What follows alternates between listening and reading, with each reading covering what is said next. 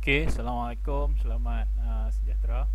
So hari ni kita akan tengok lab 5. Okay, dalam lab 5 ni saya akan terangkan bagaimana apa nama ni apa nama ni model sim ni kita juga boleh run sequential circuit. Okay, so sequential circuit ni maksudnya dia kalau sebelum ni conventional. Okay, yang ini adalah sequential, maksudnya dia ada lepas satu. Okay, maksudnya dia ikut macam flip flop dan sebagainya tu. Alright, so untuk prosedur kali ni kita perlu develop 4-bit 4-bit full adder guna Verilog, tapi kali ni guna AND to input, NAND to input. Okay, jadi untuk prosedur ni saya rasa saya boleh skip because of dia sama juga dengan lab 3 itu hari. Okay, kita buat 4-bit full adder, cuma yang dalam 4-bit full adder sebelum ni kita menggunakan gate yang pelbagai. So untuk yang untuk yang prosedur ini kita hanya gunakan gate NAND. Okay, jadi gate NAND dia adalah universal gate. Pasal apa kita guna gate NAND? Sebab gate NAND ni dia adalah universal gate. Dengan gate NAND ni dia boleh membentuk AND, dia boleh membentuk OR, dia boleh membentuk NOT dan sebagainya. Okay, jadi saya skip part ni. Part ni awak boleh buat di rumah, buat di PC masing-masing, berpandukan kepada digit sebelum ni, bagaimana gate NAND itu bertukar. Gate NAND ini boleh menjadi AND, boleh menjadi OR, boleh menjadi NOT. Okay, bagaimana itu, dan gantikan dia dalam full adder yang sebelum ni lab 3 kita buat. Alright, so itu and then untuk hari ni saya akan terangkan kat sini adalah berkenaan dengan D flip-flop. Yang inilah yang merupakan sequential circuit. Okay, D flip-flop. Sebelum saya rasa D flip-flop ni, biar saya recap sikit daripada yang sebelum ni, daripada digit sebelum ni. Okay, untuk D flip-flop, so dia adalah sejenis flip-flop yang mana, okay, kita tengok dia punya ini dia punya truth table. Saya tak pasti sama ada awak masih ingat ataupun tak, tapi tak apalah, saya recap balik semula. Okay, binaan simbol D flip-flop, dia ada satu input which is input D. Okay, dan juga dia ada clock. Okay, kalau kita ni ikut betul, dia adalah dua input lah, satu D, satu clock. Okay, so dia ada, kemudian dia juga ada dua output. Okay, Q dan Q bar. Alright, untuk register, it depends sama ada kita nak keluarkan Q bar ataupun tak, tapi Q mesti keluar lah sebab itu adalah output. Okay, kenapa kita katakan D flip-flop ni sebagai register? So first of all, kita kena ingat register ni adalah tempat penyimpanan sementara. Okay, jadi D flip-flop ni dia juga boleh berperanan sebagai tempat penyimpanan sementara. Kenapa? Kalau kita tengok pada truth table ni, okay, kalau kita tengok pada truth table ni, so untuk D flip-flop, okay, dia ada ini clock. Okay, kalau clock dia 0, okay, kalau clock dia 0, dia punya output dia akan no change, ataupun dia maintain kepada value asal. Kalau katakan waktu dia berubah menjadi 1, contohnya waktu clock 1, value pada D masukkan adalah 0, kemudian DQ akan jadi 0. Okay, tapi kalau katakan kita walaupun kita ubah DD ni berapa pun, kalau clock dia tidak 1, maka dia akan maintain nilai dia, nilai asal. Maksudnya dia no change. Okay, kalau 00 dan 01 dia no change. Okay, dia maintain pada pada value sebelumnya ataupun pada value asal. Kalau kata dia equals to 1, okay, so dia akan follow input. Q akan follow input. Okay, dalam kes ni kalau kata input dia 0, clock dia 1, so Q akan follow input D, so Q akan jadi 0. Kalau D 1, clock 1, so Q akan jadi 1 juga. Okay, So itu maksudnya. Jadi kat sini kita boleh tengok bahawa dia boleh hold this value and this value selagi clock dia tidak sama dengan 1. Jadi itulah fungsi register yang saya maksudkan tu. Jadi maksud kata kat sini dia boleh pegang nilai tu, dia boleh hold nilai tu selama mana yang dia nak lah, selagi clock tidak sama dengan 1. Okay, so that's why kita katakan D flip-flop adalah salah satu jenis register. Okay, so dari situ, dari D flip-flop tadi, mana tah?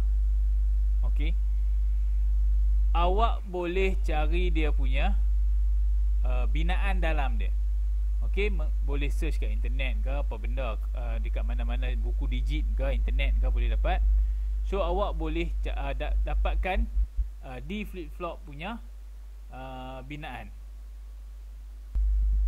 Okay, jadi bila dah cari dekat apa nama ni, internet ke mana ke, so dapat D flip-flop punya apa nama, ataupun sebelum ni kita dah pernah belajar dalam digit. So cara kita nak menggunakan ini adalah menggunakan NAND. Okay, so kalau kita tengok kat sini dia menggunakan 1, 2, 3, 4 NAND dan 1 NOT. Okay, dalam case ni kalau NOT ni, kalau kita inverter, so kalau inverter juga kita nak tukar kepada NAND, so kita boleh sebenarnya NAND juga boleh ditulis dalam apa nama ni, NAND juga boleh mengusulkan NOT. So kalau NOT NAND dia akan jadi macam ni. Okay, so kita sambungkan dekat sini, kita sambungkan dia. Alright, so dia akan membentuk bila buat sambungan macam ni, NAND ini adalah NOT lah. So kalau kita letak kat sini nilai kosong, okay, kita tengok kosong, dia masuk kosong, dia akan jadi kosong. So dia akan jumpa dengan NOT, dia akan jadi 1. Okay, kalau kita masukkan nilai 1, alright, so kalau kita masukkan nilai 1 dekat sini, 1, so dia akan jadi 1, dia akan jadi 1, dia akan jadi kosong. Okay, so ini adalah gate NOT lah. Kalau kita tengok pada keadaan macam ni, dia dah jadi gate NOT. Okay, apabila dia kosong dia jadi 1. Okay, so dari sini kita boleh ubahkan sini, kita boleh jadikan dia sebagai gate, guna gate NAND juga untuk jadi gate NOT. Jadi sekarang ni kita hanya guna 5 gate NAND. Okay, pada tu, so ini adalah penyambungan dia. Alright, so kalau awak boleh lihat kat sini, saya menggunakan D input, kemudian menggunakan 3 wire, W1, W2 dan W3. Okay, kemudian apa lagi, clock, saya gunakan clock juga. Okay, ini adalah guna NAND to input, semua guna NAND to input. Okay, so sekarang masa untuk kita nak coding dia. Saya rasa kalau nak coding ni dia tak susah sangat lah, sebab dia straightforward saja. Okay, so kita D flip-flop. Okay, kita saya tulis dia punya folder. Okay, saya letakkan dia D flip-flop 1 bit. Kemudian macam biasa, starting dengan input, because this is 1 bit. So input dia ada apa? Input dia adalah D dan clock. Okay, kemudian output dia pula adalah apa? Output dia adalah Q dan Q bar. Okay, semicolon jangan lupa. Kemudian kita buat call function, call module. Okay, bergantung kepada kita tengok balik kita punya block diagram dekat sini. Okay, so untuk M1, okay, saya kecil macam mana saya nak buat. Okay, saya buat macam ni lah. Okay, macam ni lebih nampak. Okay, so untuk kita yang mula sekali, kita nak buat yang ini M1. So apa yang kita perlu panggil adalah NAND to input. Okay, NAND to input. Okay, nama saya NAND to input. Kemudian nama untuk modul ni adalah M1. Okay, kemudian dia punya kaki lah. So kaki dia in A dan in B disambungkan kepada D. Okey. Output dia sambung kepada W1. Habis untuk M1. Kemudian saya panggil lagi NAND to input saya. Yang ini untuk saya buat M2. So what is the M2? M2 saya adalah dekat sini. Okey. So ini adalah M2 saya. So saya sambungkan kaki yang pertama sambung kat D. Okey, kaki yang pertama sambung kat D.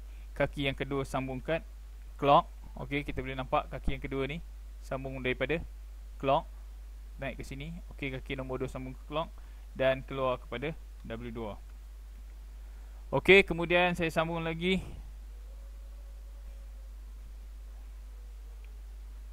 NAND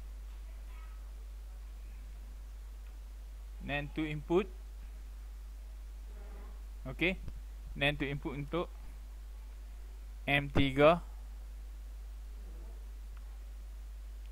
Alright, saya panggil lagi NAND to input untuk M3. Kemudian NAND to input. So yang ni dia tak ni sebab saya terdouble kat situ.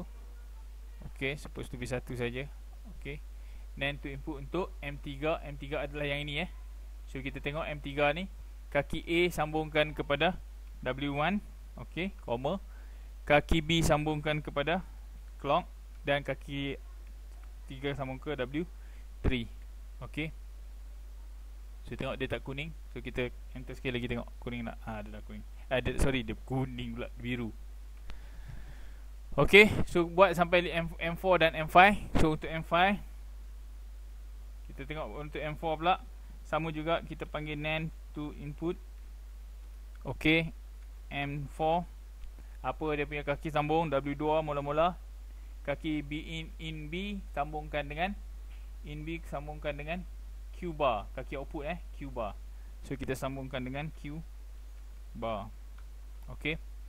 Kemudian output dia sambungkan kepada Q. Alright.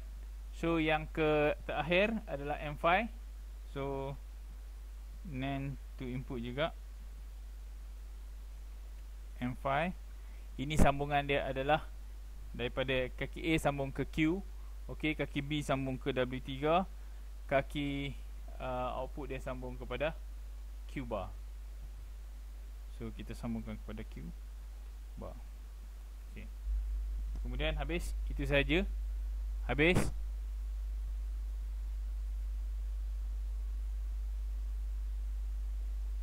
Okey.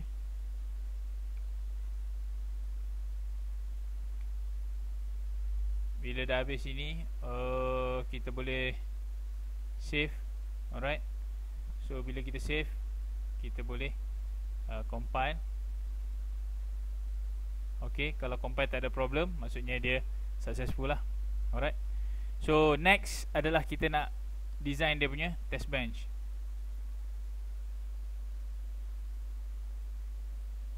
So test bench dia against okay, test bench tak apa.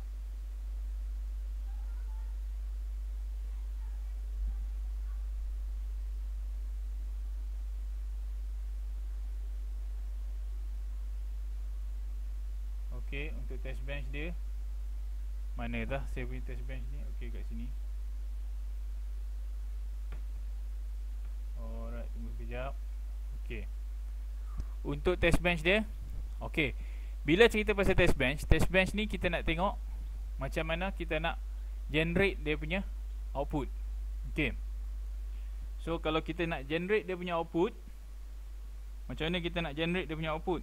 Okay, so kita design lah kita nak buat apa. Tadi kita ada D, kemudian kita ada clock.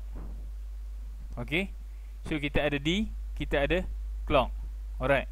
So untuk D, contohnya saya nak masukkan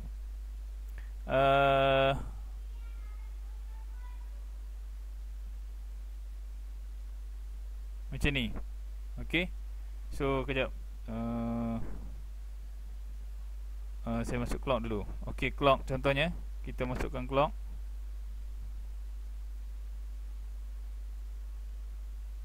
Okay, macam ni. Ini adalah 10. yang ini juga 10, yang ini juga 10 sampai habis. Okey, itu yang kita nak buat. So D pula saya nak masukkan setiap 2, ataupun kita buat, boleh katakan kita buat je lah setiap, contohnya setiap 4. Okay, ini kita nak design, macam mana pun kita boleh design. Okay, setiap 4 kali. Okay, dia naik.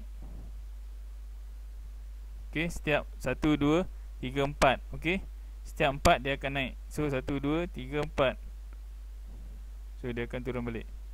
Okay, so itu adalah kita punya ni, kita nak design dia punya flip-flop punya ini apa nama ni, flip-flop punya input. Okay, so bagaimana kita nak design? Macam biasa, sekarang ni saya guna register. So register apa yang nak guna? So register yang nak digunakan pada yang ini, saya just ambil terus register D dan register clock. Okey, boleh juga pakai register 1, register 2, tak ada masalah. Tapi sekarang ni saya tak mau bagi confuse, saya pakai register D dan juga register clock. Okey, kemudian wire dia ada Q dan Q bar. Okey, itu untuk output dia nanti. Alright. So jadi lepas pada tu kita nak masuk something, kita guna untuk kali ni saya pakai okey, saya pakai initial. Alright, lepas tu begin. Okey, begin and begin lah. Okay. So dalam begin ni, first kali initial value yang saya nak letakkan, okey, saya letakkan clock sama dengan 1 dahulu. Okey, so kemudian saya katakan saya buat yang ini, saya buat apa saya buat D, okey, sama dengan 1 juga, ataupun D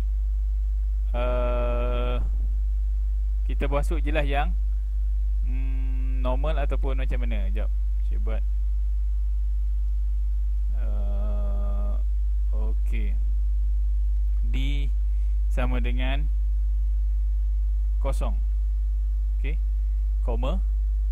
Lepas tu hashtag, ini saya masuk direct input. Hashtag berapa? 40 pico. Kemudian saya masukkan D sama dengan 1, koma, hashtag 40 pico lagi. Okey, and then habis. Okey, untuk clock saya nak tunjuk kat sini. Untuk clock saya nak guna always. Okey, bagaimana kita nak guna always?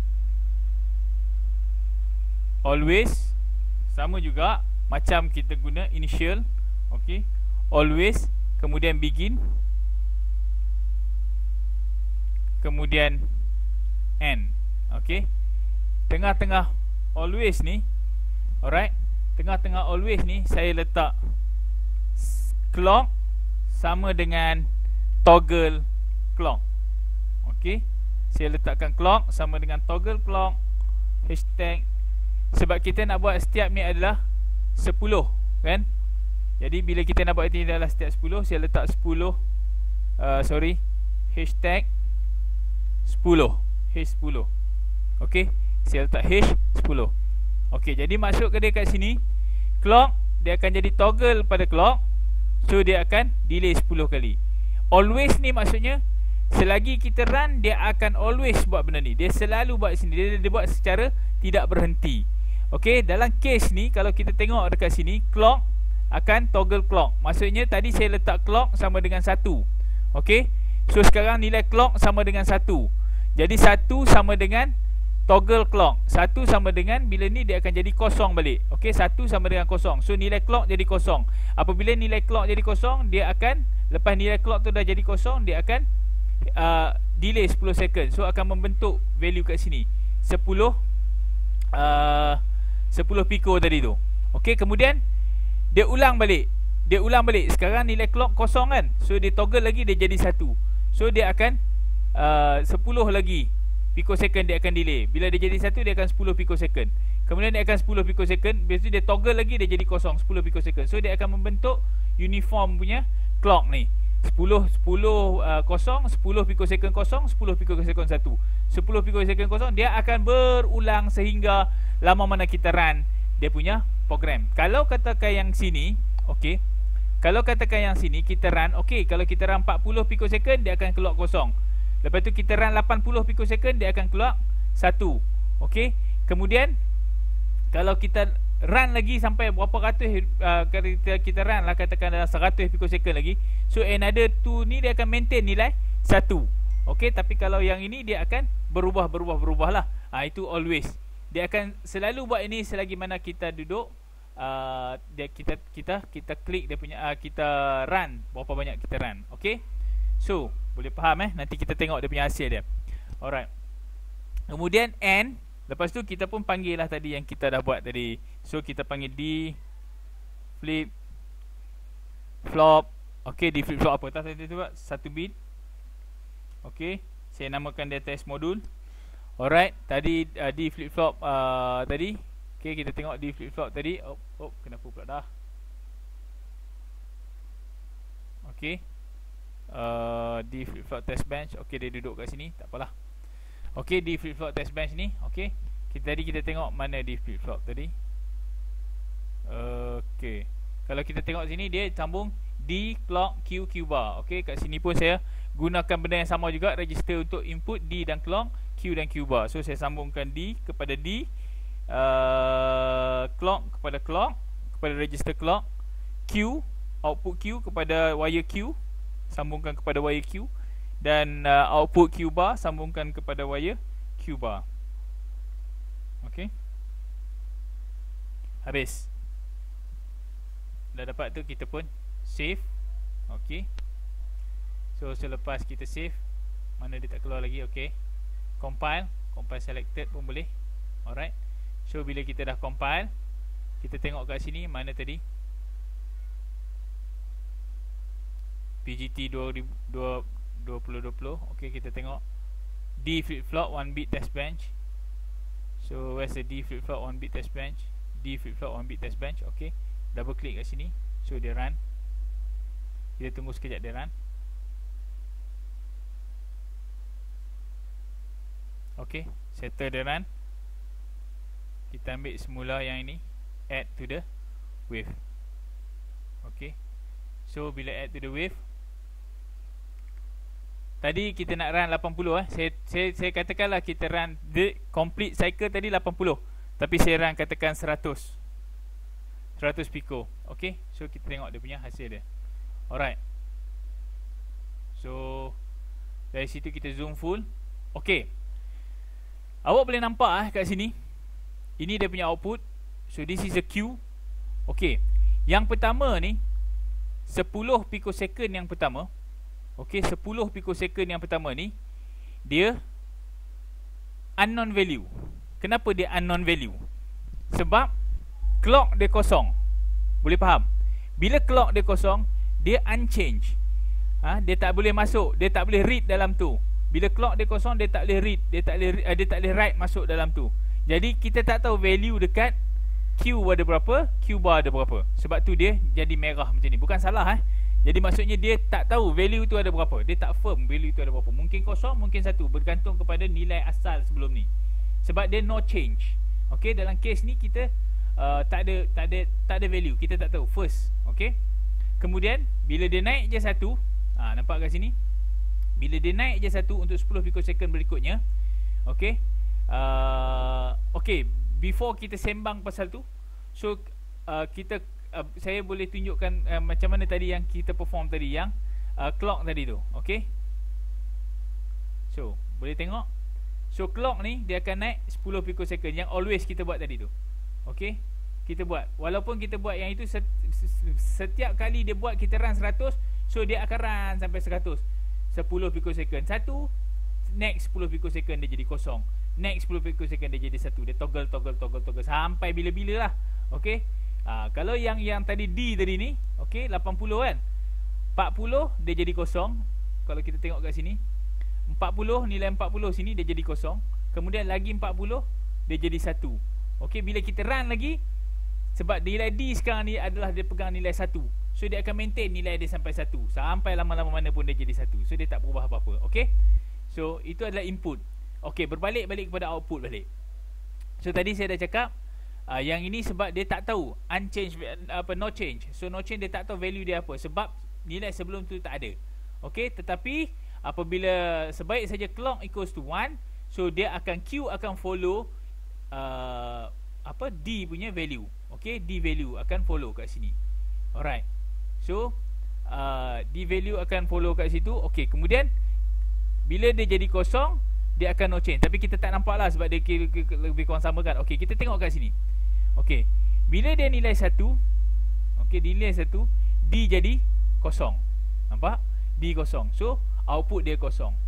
Okey, bila clock kosong, D dah berubah kat sini. Nampak kan? D dah berubah jadi 1. Tetapi dekat output dia tak berubah lagi. Dia maintain nilai kosong. Sebab apa? Sebab clock kosong. Kalau clock 1 baru dia berubah. Jadi dekat sini dia hold value. Dia hold value yang kat sini. Okey, dia hold value D tu, dia hold value D pada keadaan sini. So bila dia hold value, itu dia dinamakan memory tadi tu. Dia boleh simpan value. D flip-flop boleh jadi register ataupun tempat penyimpanan memori because of dia hold the value. Walaupun nilai pada D tu dah berubah. Nilai pada D sekarang dah jadi 1. Tetapi oleh kerana clock ni kosong, so dia hold nilai dekat sini. So bila dia boleh hold itu, kita boleh katakan ia adalah satu tempat simpanan. Okey, maksudnya kalau clock ni kita boleh gantikan, contohnya kita gantikan dengan signal untuk read ataupun write. So kalau kita tak mau override dia, kita letak kosong lah. So bila kita letak kosong, dia akan maintain nilai asal untuk D tadi tu. Okay, dia hold value walaupun D tu dah berubah, tapi dia masih maintain sehinggalah dapat C sama dengan clock sama dengan 1. So dia akan ikut balik nilai value kat sini. Okey, so kat sinilah point dia di mana kita katakan dia sebagai register. Okey, mana register tadi tu kita boleh katakan kat sini di mana walaupun input dah berubah tetapi outputnya masih kekal lagi nilai yang sebelumnya itu. Okey, so itulah ciri-ciri untuk register. Dia boleh simpan ataupun dia boleh hold value yang ada. Okey, saya rasa takat tu dulu untuk first ini. Next kita akan buat register, mungkin register 2 bit ataupun 4 bit. Okey, terima kasih. Assalamualaikum.